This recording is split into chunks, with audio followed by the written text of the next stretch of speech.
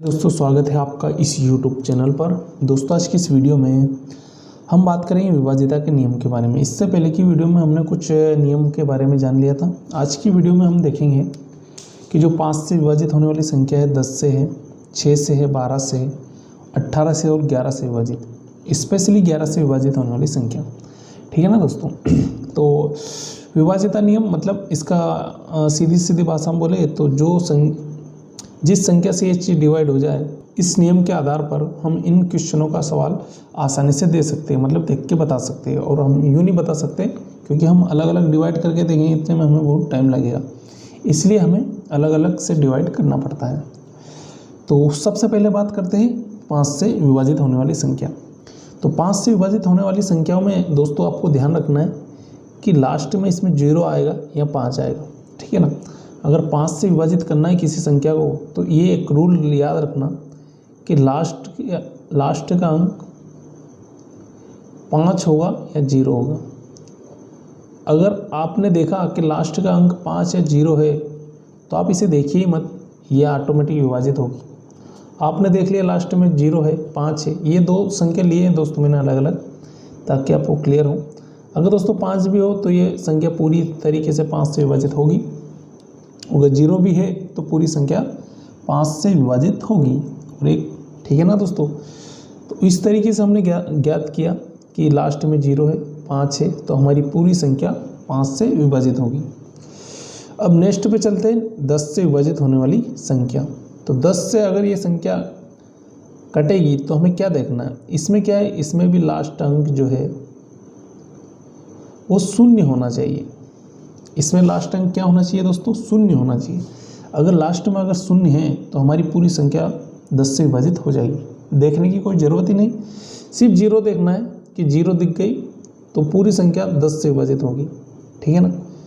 चाहे इससे पीछे कितनी ही संख्या हो, हमें उससे कोई लेना देना नहीं है। हमें पता चल गया कि लास्ट में 0 है तो हमारी पूरी संख्या 10 से विभाजित होगी। जैसे कि हमें 6 से विभाजित वाला नियम देखना है तो हमें क्या करना है कि हमें इसमें क्या करना है। अब दोस्तों 6 के हमें फैक्टर करने पड़ेंगे, 6 को हमें डिवाइड करना पड़ेगा ऐसे जो कि जिससे इनका एचसीएफ 1 आए, इनका एचसीएफ 1 आए। दोस्तों एचसीएफ का मतलब ये है कि 2 और 3 किसी एक संख्या से डिवाइड होनी चाहिए। अब 2 और 3 एक संख्या से तो डिवाइड होगी ही नहीं, ये तो सिर्फ 1 से डिवाइड होगी, 1 दूनी 2, 1 या 3, इसे एचसीएफ बोलते हैं। तो हम इसे 2 इसके फैक्टर कर लिए, 2 या 6। अब हमें पता चल गया कि ये 2 से भी विभाजित होनी चाहिए और 3 से, तभी हमें पूरा क्लियर होगा कि ये संख्या 6 से भी विभाजित हो जाएगी। तो 2 का रूल तो हमने पहले पढ़ चुका है, 2 का रूल हम पहले पढ़ चुके हैं। तो हमें क्या देखना है कि लास्ट में 2 है, हाँ मतलब ये संख्या पूरी तरीके से 2 से तो विभाजित होगी। 3 का और देखना है। 3 का रूल क्या कहता है दोस्तों, पहले पढ़ा था हमने कि अंकों का योग, तो हम जोड़ लेते हैं। देखिए 2 और 4 6, 3 9, 1 10, 11, 2 13, 2 15। अब 15 3 से विभाजित है, हाँ विभाजित है भाई। 15 में अगर 3 का भाग दोगे तो पूरी तरह कट जाएगी।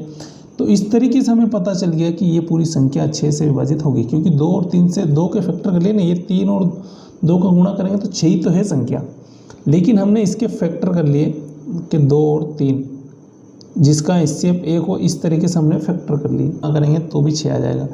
तो अगर ये 2 से पूरी तरह कट जाए और 3 से पूरी तरह कट जाए तो हमारी पूरी संख्या 6 से विभाजित हो जाएगी। यहाँ तक आप क्लियर होगा। अब ऐसा का ऐसा हम 12 का पढ़ते हैं। ठीक है ना। तो इसमें भी आपको ऐसे ही फैक्टर करना है। इसमें भी आपको ऐसे ही फैक्टर करना है जिसका एचसीएफ 1 हो। तो हमें पता चल गया 4 3 12, 6 दूनी 12 भी होता है, लेकिन अगर हम 6 × 2 करेंगे तो इनका एचसीएफ 1 कहाँ होता है दोस्तों। इसलिए हमने क्या किया कि 4 × 3। अब 4 और 3 किसी एक संख्या से नहीं कटेंगे, सिर्फ 1 के अलावा, तो इसका एचसीएफ क्या आ रहा, 1। तो इससे हमें पता चल गया कि 4 और 3 से जो भी संख्या कटेगी वो 12 से भी कट जाएगी। तो हमें देखना है कि ये संख्या 4 से भी विभाजित होनी चाहिए और 3 से भी। अगर ये दोनों से विभाजित हो गई तो हमें पूरा क्लियर हो जाएगा कि ये पूरी संख्या 12 से भी विभक्त होगी। तो 4 का नियम हमने पहले पढ़ा, तो हमें पता चल गया कि लास्ट की जो 2 अंक है वो 4 से डिवाइड होनी चाहिए। तो 24 में 4 का पूरा पूरा भाग जा रहा है, मतलब ये नियम तो क्लियर हो गया। अब हम देखना है 3 का, तो अंकों का योग 3 से डिवाइड होना चाहिए, तो 4 और 2 6, 6 और 4 10, 10 और 18, 18 भी 3 से पूरी तरह कट जाएगा। तो हमें पता चल गया कि ये 4 और 3 से कट रही है, मतलब ये पूरी तरह 12 से भी कट रही है। ठीक है ना दोस्तों। इसी तरीके से हम 18 का और देख लेते हैं। अब 18 को हम ऐसे डिवाइड करेंगे जिसका हिस्सेप 1 हो, तो 9 × 2 करेंगे तो इनका हिस्सेप 1 ही होगा दोस्तों, क्योंकि 9 और 2 किसी एक संख्या से नहीं कटेंगे सिवाय 1 के अलावा। तो हमें पता चल गया कि जो 18 है वो 9 और 2 से कटने चाहिए। 9 का नियम हमने पहले पढ़ा कि अंकों का योग, और 2 का नियम आपको पता ही है। तो इसी तरह हम इसमें भी ऐसे ही करेंगे। इसी एग्जाम्पल को ले लेते दोस्तों। तो देखिए ये संख्या, अब 2 का रूल हमने पहले पढ़ा था कि लास्ट में अगर लास्ट का अंक अगर 2 से डिवाइड हो तो पूरी संख्या 2 से डिवाइड होगी। देखने की कोई ज़रूरत ही नहीं है कि कितने अंक है उसमें। वो अगर इसके अंकों का योग भी अगर 9 से डिवाइड है तो पूरी संख्या 18 से विभाजित हो जाएगी।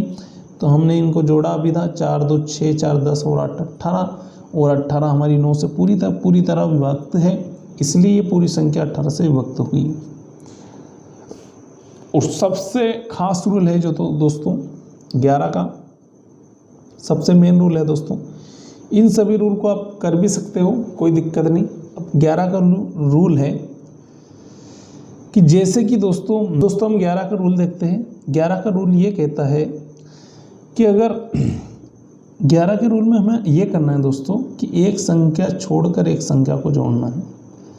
4 को छोड़ दिया, 3 जोड़ लिया, 3 को छोड़ दिया, 4 जोड़ लिया। जोड़ दीजिए इनको, कितने हुए 7 और 3 10 और 4 14, तो 14 लिख दीजिए। यहाँ तक क्लियर। उसके बाद जो अंक बचा उनको जोड़ लीजिए, 5 4 9, 9 और 5 कितना हो जाएगा दोस्तों 14। अगर दोस्तों ऐसे डिफरेंस लेके अगर जोड़े और दोनों जगह अगर बराबर मिले तो पूरी संख्या 11 से डिवाइड हो जाएगी। चाहो तो आप इसे डिवाइड करके देख लीजिए। वो अगर दोनों संख्या अगर बराबर नहीं आए दोस्तों, जैसे कि एक संख्या 22 है, एक संख्या 11 है, और अगर इनका डिफरेंस 11 आएगा तो भी हमारी पूरी संख्या 11 से डिवाइड हो जाएगी। तो आज हमने क्या देखा दोस्तों, 5 से विभाजित होने वाली संख्या जिसके लास्ट में 0 हो या 5 हो, 10 से विभाजित होने वाली संख्या जिसके अंत में 0 हो, 6 से विभाज्य का नियम जिसमें जो 2 और 3 से डिवाइड हो तो पूरी तरीके से 6 से भी विभाज्य होगी। 12 का नियम हमने देखा कि 4 × 2 जो संख्या 4 से डिवाइड होगी, 3 से भी डिवाइड होगी, वो संख्या 12 से डिवाइड होगी। 18 का नियम देखा कि 9 से भी डिवाइड होनी चाहिए संख्या और 2 से भी डिवाइड होनी चाहिए। तो दोनों चीज़ यहाँ हो रही है। अगर ये यहाँ पे कुछ और होता है तो डिवाइड नहीं होती, लेकिन हमने वही संख्या ली है जो इनसे डिवाइड हो रही है। दोस्तों अगर कोई चीज़ डिवाइड नहीं होगी तो उसमें आपको पता चल ही जाएगा, अंकों का योग ये नहीं निकलेगा, लास्ट में कुछ और होगा। ठीक है। और 11 से विभाजित होने वाला नियम भी हमने देखा कि एक संख्या को एक छोड़ के हमने देखा तो हमें पता चल गया कि इनका योग इतना आ रहा है। तो उम्मीद है दोस्तों आज की वीडियो क्लियर होगी, और आज के लिए बस इतना ही। मिलते हैं नेक्स्ट वीडियो में, और इसके कुछ क्वेश्चन करेंगे दोस्तों नेक्स्ट वीडियो में। आज के लिए बस इतना ही, तब तक के लिए जय हिंद।